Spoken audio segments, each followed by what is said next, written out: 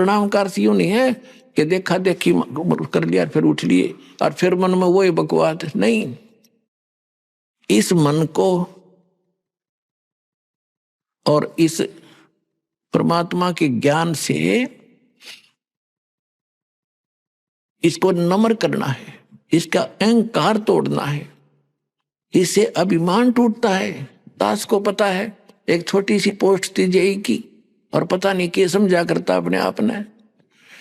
और जो पहली बार गुरुजी के दरबार में गया, दूसरे प्रणाम करे थे, मैंने देखूं था कोई दिक्कत नहीं है,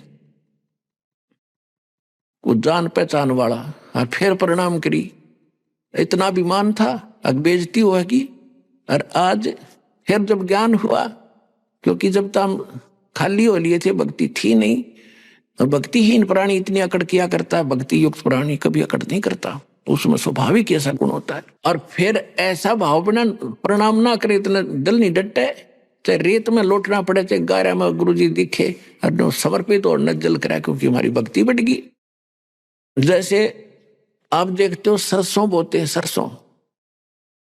सरसों बोते हैं, उसका फली आती है प्रारंभ में, तो उसमें कोई दाने नहीं होते, यानी वो कीमती वस्तु नहीं उसके अंदर, इसलिए वो यूं खड़ी है उसकी सारी फली।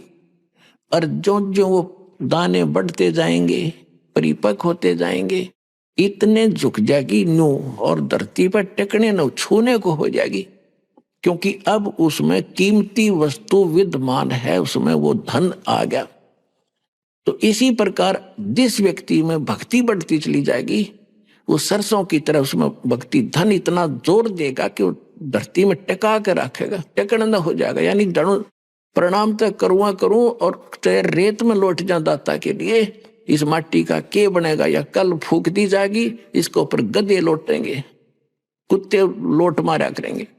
क्या खा के इस मिट्टी का अभिमान करते हो हम? ये मन इतना बेहुदा हो गया। अब इस ज्ञान से इसमें नम्रता आवेगी, और नम्रता आवेगी तो भगवान निकट रहेगा आपके।